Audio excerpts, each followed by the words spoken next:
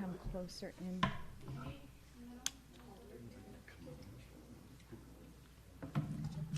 Whatever you need, you have. Okay. Good morning, good morning, good morning.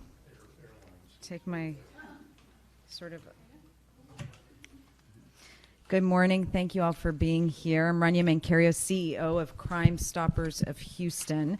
Before we get started, I want to thank everyone for being here today. Of course, Congresswoman Sheila Jackson Lee, State Representative Lacey Hull, Harris County Sheriff Ed Gonzalez, Dia Houston, Director of Outreach and Education Tisha Betty, and all of our other domestic violence partners, including Harris County District Attorney's Office, Houston Police Department, Family Time Crisis and Counseling Center, CAC, AVDA, HAWK, and others. If there are any survivors here today, of course, we thank you for being with us. October marks the beginning of National Domestic Violence Awareness Month, and we are proud to kick off community outreach initiatives that provide support to victims and connect advocates doing this important work. Today's Day of Unity event provides an opportunity for the community to show support, educate themselves on what domestic violence is and how to report, and connect advocates to support victims. Crime Stoppers of Houston takes domestic violence very seriously, and shortly we'll be announcing 5 domestic violence fugitives to help get them in custody. Since late 2018, our team has been tracking the number of Harris County residents who have been allegedly killed by defendants on multiple felony bonds, PR bonds, or in bond forfeiture. Of the 180 people currently on our list, 19 of them, including 3 unborn children, were killed in domestic violence-related scenarios. Through our recently launched Glenda Gordy Research Center, we tracked 81 domestic violence homicides in Houston last year, 2021, which is a 50% increase over 2020. When looking at all domestic violence-related cases in Harris County, we saw a 14% increase in cases filed in 2021 over the same reporting period in 2020, but have seen a decrease of 18% over the same reporting period thus far this year when looking at 2021 versus 2022. Domestic violence scenarios can be some of the most dangerous, yet many times go unreported. This is why we must give critical attention to this issue and learn what we can do as a community to help victims or anyone experiencing this type of abuse. We invite you to join us this afternoon for a seminar on creating a safety plan to help anyone living in domestic violence situations reduce the risk of being hurt by their partner.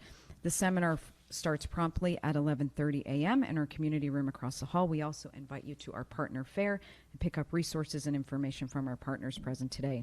For over 40 years, Crime Stoppers of Houston has offered the greater Houston area an anonymous tip line, a valuable reporting platform that has proven to be extremely helpful in both solving serious crime and locating dangerous defendants and fugitives. This tip line has led to the capture of well over 27,400 felons and assisted in solving well over 26,450 felony cases. The success of this tip line is due to our partnerships with the media, law enforcement, the criminal justice system, and of course, the tipster. Never has this tool been as important as it is today. We are proud to stand here with our Houston community and our mutual efforts to protect citizens of Houston and Harris County. At this time, we welcome Andy to share with you the 5 defendants we are looking for. Morning. I'm Andy Kahn, Director of Victim Services, Victim Advocacy, Crime Stoppers of Houston.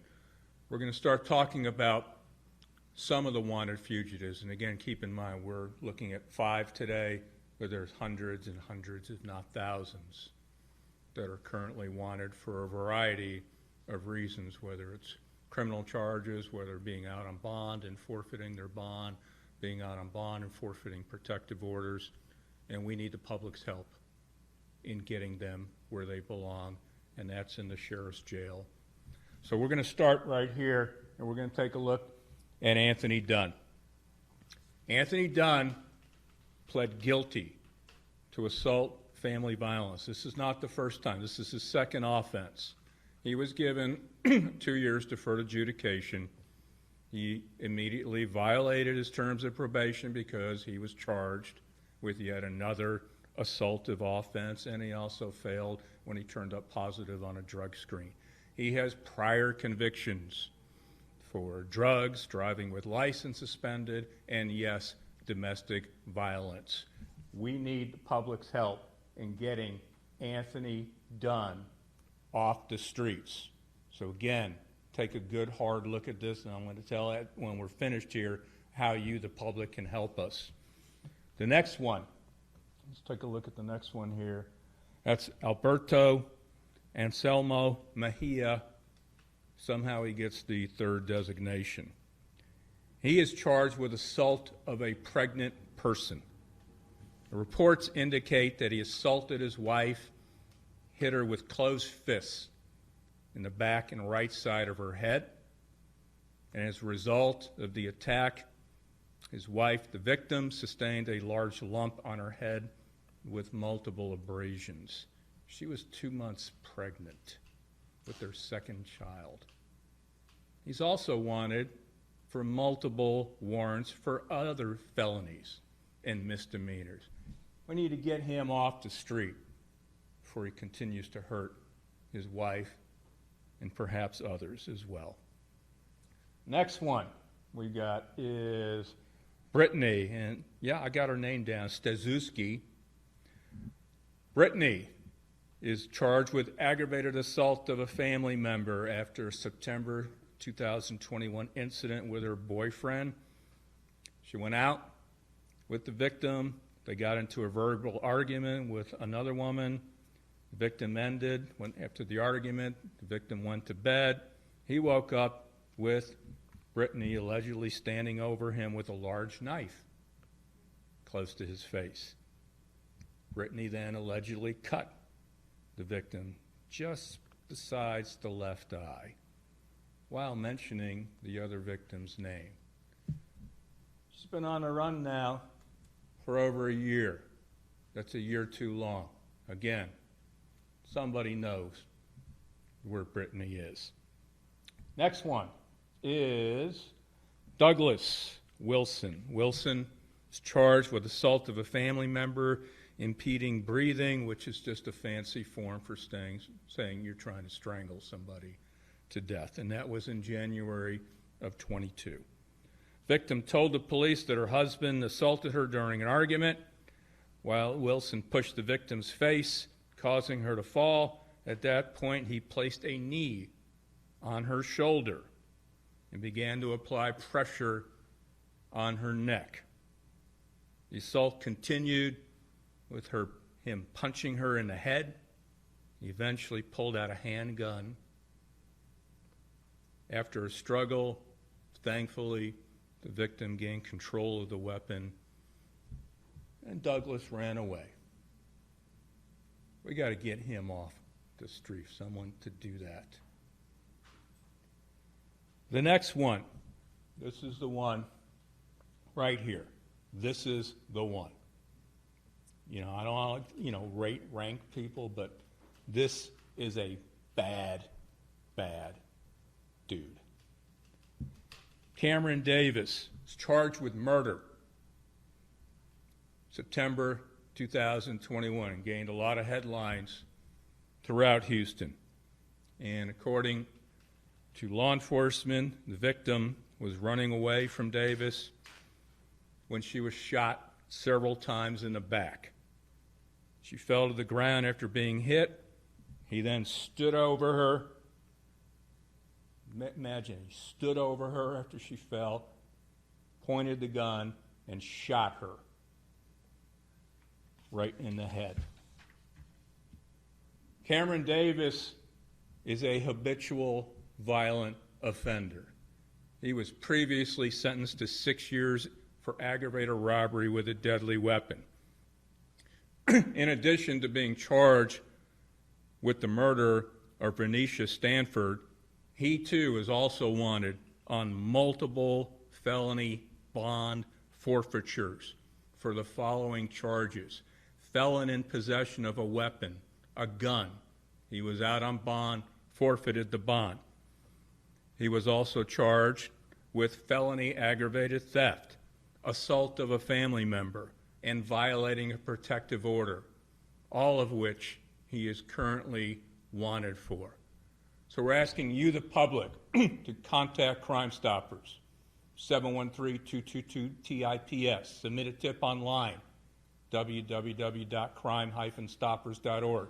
Use our mobile app, available in over 20 some odd languages, and we're going to keep putting these pictures out until we get them caught and brought where they belong, and that's the Harris County Jail. So it's time for you, the public, to step up to the plate, do the right thing, help us get these fugitives, and help give them victims some semblance and peace of mind knowing that they're locked up. Thank you.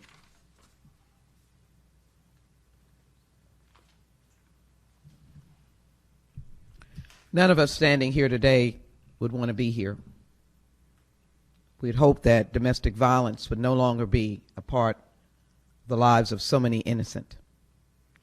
Thank you to Crime Stoppers, Representative, Commissioner, Sheriff, and the many, many advocates that are standing, who I know would gladly take themselves out of business.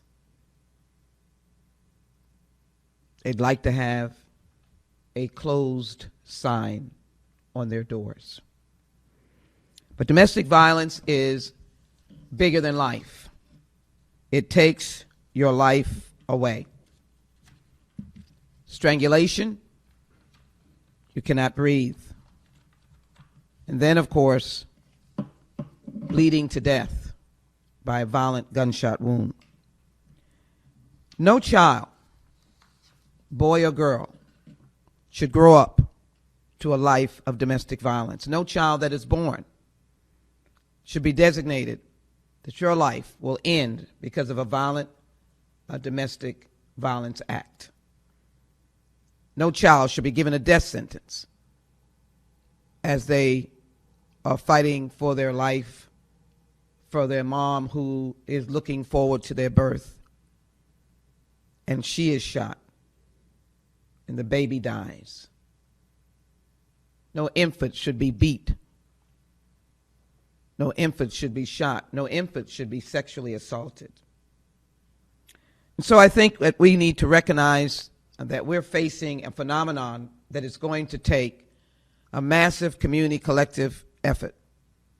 So I thank our law enforcement and all of our advocacy groups.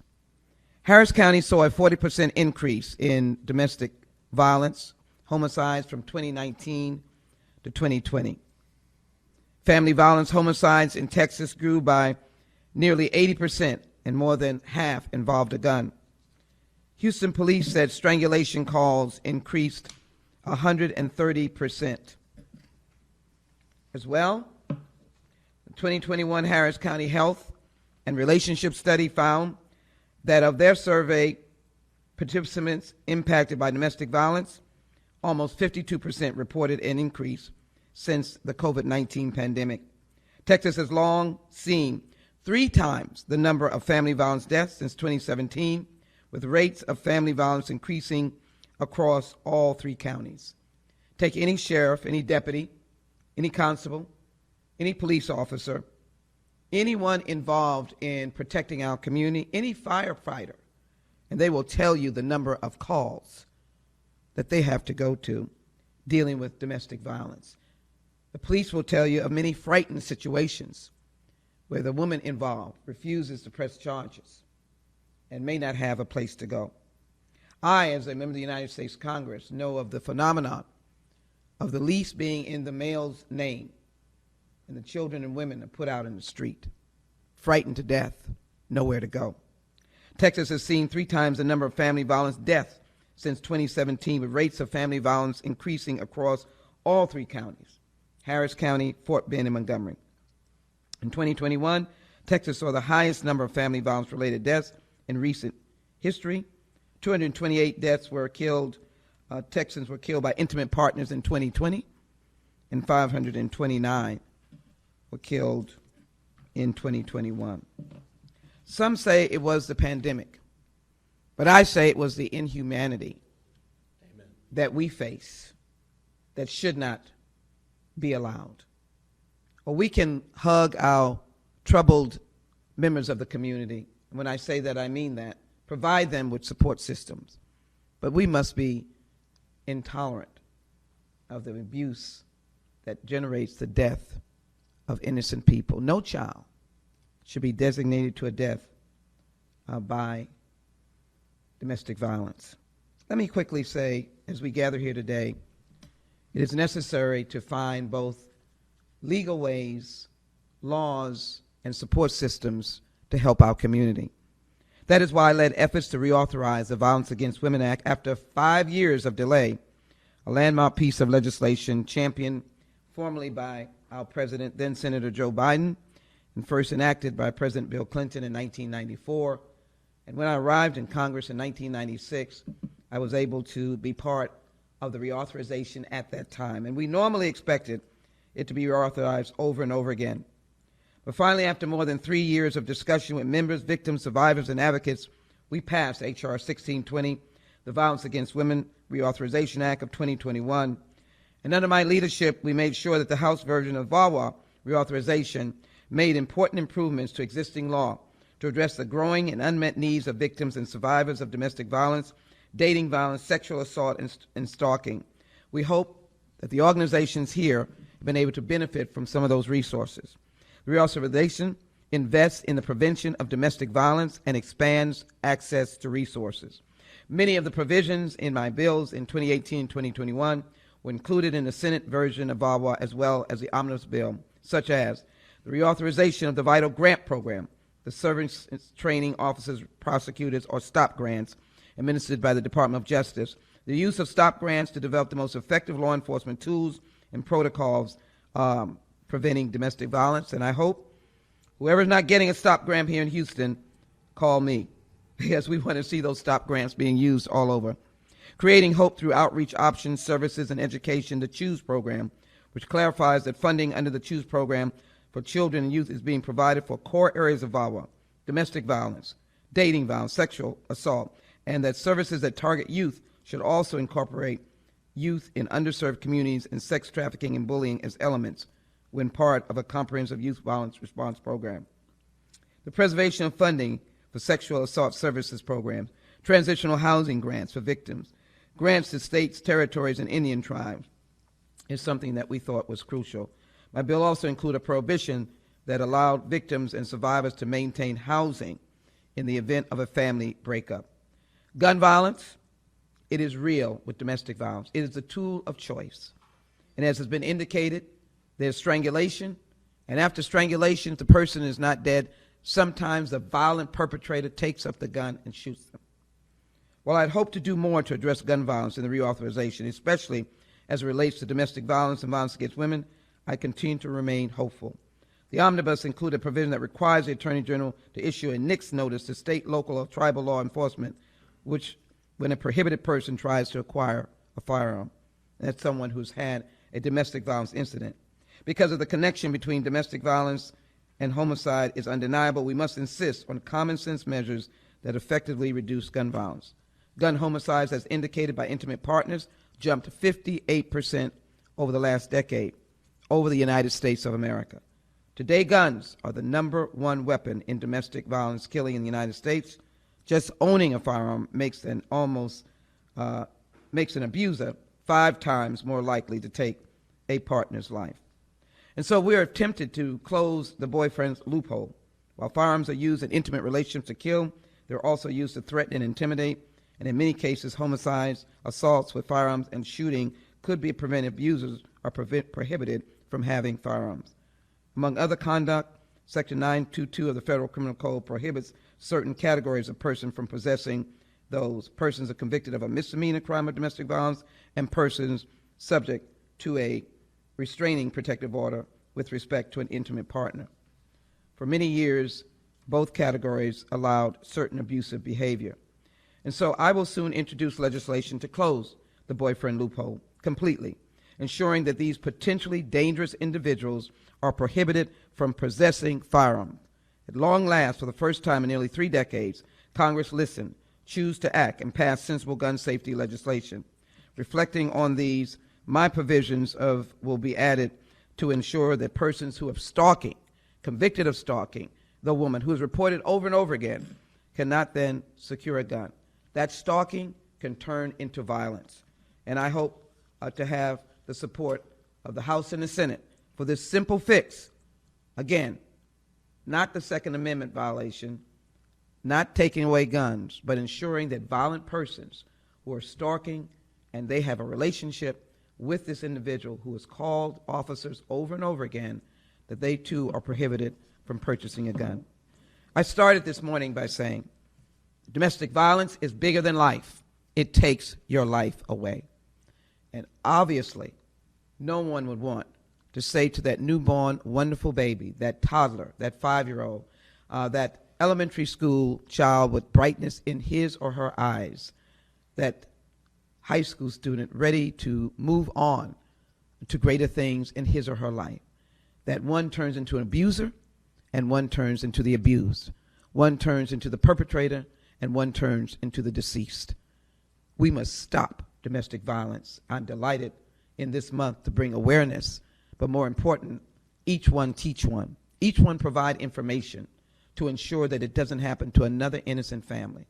Even to hear of a pregnant woman being shot in road rage is outrageous. Even to hear of a grandmother being beat, or like in Uvalde, a grandmother being shot in the face by her grandson with an AR-15, excuse me. Even that is insufferable. And so as we stand here today, I join with all of you for ensuring that we have the right kind of fight and that we are ultimately victorious. Now I'm delighted to bring forward an officer of the law that I have worked with continuously, and that is Sheriff Gonzalez. Thank you, Congresswoman. I'm grateful to Crime Stoppers for gathering all of us here today for this Day of Unity to mark the beginning of Domestic Violence Awareness Month. Everyone gathered here is unified in our commitment to putting a stop to domestic violence in Harris County. We are unified in our belief that no one should endure violence at the hands of someone who has betrayed their love and trust. Far too many times our Sheriff's Office deputies are being called to respond to domestic disputes, and I'm sad to tell you that no motive for these murders is more common than domestic violence. It's something that we see every day. This is an epidemic in our community. This has been going on for far too long. When I started my law enforcement career in the early 1990s, this was an important issue then. Sadly, it remains just as important, if not more, even today. We see it every single day, and it has a ripple effect on the entire community. There's many children that are growing up today without a parent because they were taken as a result of domestic violence. There's many children sitting in classroom today that are impacted from the trauma of hearing and seeing the violence inside their household every single day. These children will be impacted and will often grow up to also be abusers or end up in abusive relationships because that's what they saw and learned at home. We've got to put a stop to that. I want to thank those that are here today that are part of this fight. Also, some of our victim advocates from the Harris County Sheriff's Office are here today. And it's something that we must continue to work on and remain committed to. But today, on this Day of Unity, we come together to mourn those that lost their lives as a result of domestic violence. We honor those survivors that have overcome domestic violence. And we also come together to recognize and support those service providers and victim advocates and all of those that work in this space to put an end to domestic violence.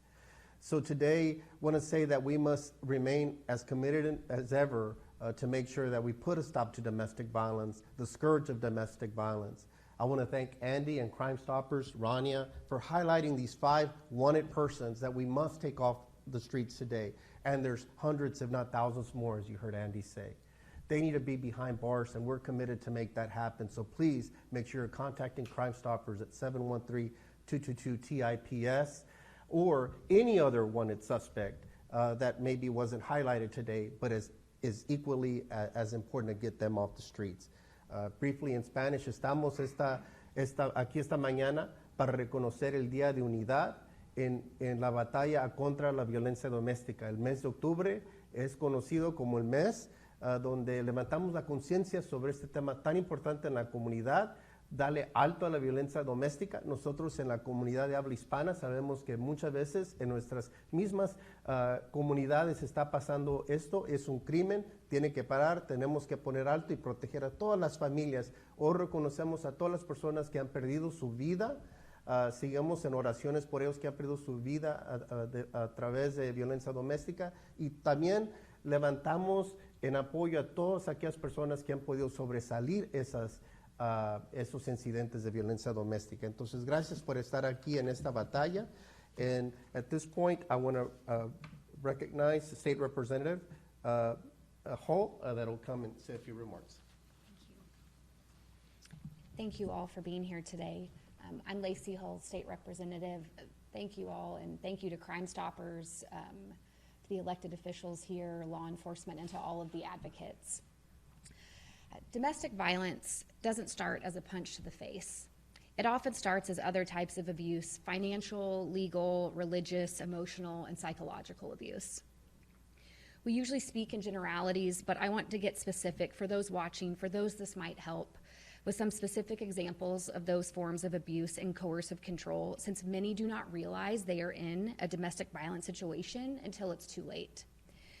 So the abuser might do things like try to turn your friends or family against you, try to isolate you, lie about you, tell people you're crazy, gaslighting, telling you or others they didn't do things or say things you know they did, trying to make you feel crazy, to use religious beliefs to humiliate or embarrass you or make you feel pressured or obligated to do things against your will, weaponize your children against you, to threaten to take away your kids, shut off your phone, destroy your laptop, take your car away, to track you, to listen in on you, leave you with no money to buy gas or groceries, to empty bank accounts, or even to threaten to do any of those things. It's all about manipulation, intimidation, and control. Blocking you from leaving a room, throwing objects at you or close to you, that is physical violence. Those are signs of physical violence. It is important to note physical violence often comes after these coercive control behaviors and tactics.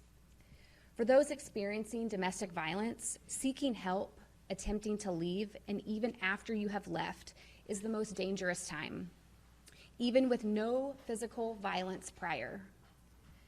This is the time when violence is most likely to occur, and survivors need support and help ensuring that they and their children are safe. I can't express the importance of a safety plan enough. Again, even with no physical violence prior, leaving is incredibly dangerous. It is also important to note that many of these coercive control tactics and physical violence can continue after the relationship is severed, especially when children are involved, which is why a safety plan is absolutely necessary. If you know someone in a domestic violence situation, help them find the resources to make a safety plan. Places like the Women's Center, the Domestic Violence Hotline, Crime Stoppers, many advocates can help. Now, imagine being physically abused, beaten to the point of needing medical attention. Finally, there seems to be enough evidence for legal intervention. He's arrested. For the first time, you can breathe easy, that you and your children will be safe tonight from the violence you have endured for so long. Now, imagine that you find out that he had been released on bail on the condition that he not go near you. You know how mad he was when he was arrested, told you it was your fault, and that no matter what, he would get you back for it. You told the police this, he threatened to come after you, and just had you hospitalized. You finally made a plan to get out, only for the legal system to fail you and leave you in an even worse situation because you know him and he knows he was arrested because of you. So many women have experienced this terror. The emotional trauma that this causes to someone already traumatized by abuse is unimaginable. And tragically, that terror is not misplaced. Women have been murdered by their partners who, despite having a history of violence and threats, are released on bail with no consideration to the victim's safety. These catch and release policies need to end. Judges need to consider the threat to the victim when setting bail. We need to support and protect survivors at the most dangerous time of their lives, and right now we are failing them. I will continue to advocate for policies including bail reform, both in Harris County and at the legislature, to stand with survivors of domestic violence so they know they are seen, we will support them, and to keep these abusers behind bars. I have two resolutions on behalf of the Texas House I would like to present. One is creating, last session we created October as Domestic Violence Awareness Month in the state of Texas. I'd like to present this. And the other, last session we created Domestic Violence Survivors Day, being the third Monday in October, so this year it's October 17th. Okay. Thank you. Thank you all for being here. With that, we'll conclude today's press conference unless, oh, I'm so sorry. Daya. I'm sorry. No, it's fine. We are not concluding anything. Good morning, everyone. My name is Tisha Betty, and I'm the Director of Outreach and Education at THIA Houston. THIA is a Houston-based nonprofit whose mission it is to empower South Asian survivors of domestic violence and sexual assault. With that being said, our doors are open to anyone who comes knocking, and we will help survivors in any way that we can. We closed out the year 2021 at THIA with having served over 400 clients, and this year, the year 2022, we have served over 500 clients in the first 3 quarters of this year. I want to take this moment to urge the general public, law enforcement, local leaders, as well as partner agencies to learn the different ways in which domestic violence affects the South Asian diaspora. And I want to urge everyone to learn ways that they can recognize, respond, and refer survivors in hopes that we could end domestic violence. Thank you so much.